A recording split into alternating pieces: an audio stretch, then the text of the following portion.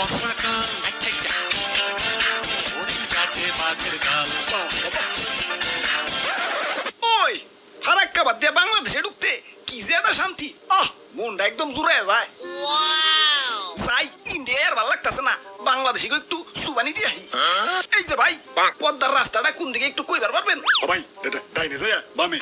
আব্বে হালাই খালকে একটা কুমির আনবার লাগছো, তুমি জানো এটা কেঠায়? বাপুরিয়া কি ঠাই ওই একটা ছিল সোনার কন্যা, রূপ তাহার বেশ। আহা আহা একটা ছিল সোনার কন্যা, রূপ তাহার বেশ।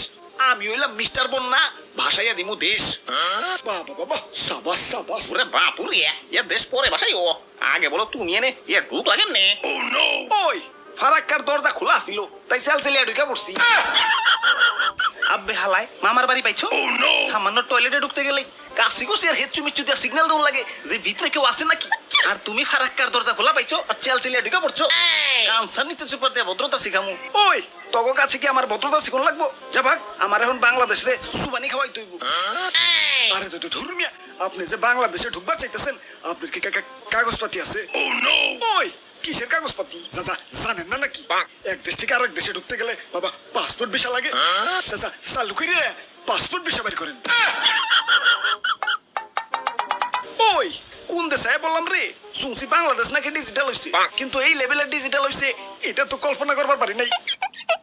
ওরে বাপুরিয়া এখন থেকে সাবধানে ফারাক্কা দিয়ে সেলসেলিয়া ঢুকো নো প্রবলেম, কিন্তু ফারাক্কার লগে আজকে থেকে আমরাও একটা নতুন বাদ দিলাম, এনে বিনা অনুমতিতে প্রবেশ নিষেধ। আরে সোনারা, তোমরা এমন করো না, আমারে যাইবার দাও। আমার আবার বাংলাদেশের চুবানি খাওয়াইয়া সাগরে যাই তৈব। আব্বে হালাই তোমারে তো দেশ ভ্রমণ করা লাগবো কেলা, চুপচাপ এক জায়গায় বসে থাকবার পারো না।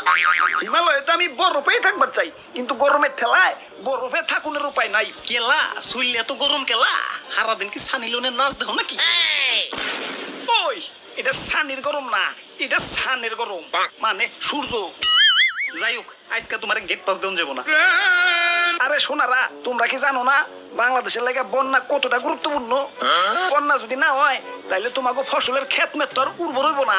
আর এদিকে নদী নালায়ও মাছ তো দূরের কথা, মাছের আইসটাও পাইবা না। হোক তা অবশ্য ঠিক, বন্যার দরকার তো আছি, মাগার একটু সিস্টেম করে বন্যা এবার পারো না। চৈত্র মাসে পানির সংকটে টয়লেটে বদনার পানি থাকে না, আর বর্ষাকালে পানির ঠেলায় বাথরুম শুদ্ধা বাসায় লয়ে যায়। কি যে একটা যন্ত্রণা।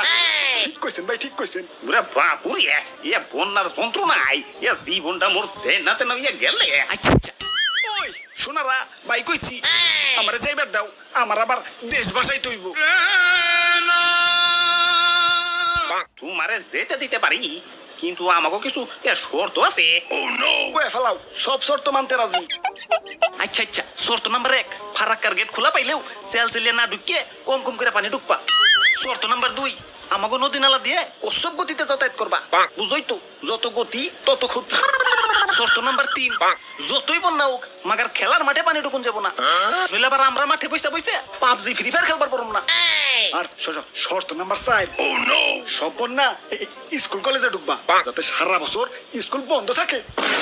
কম কম করে পানি ঢুকবা, খেলার মাঠে পানি ঢুকুন যাবো না, সব বন্যা স্কুল কলেজে ঢুকবা।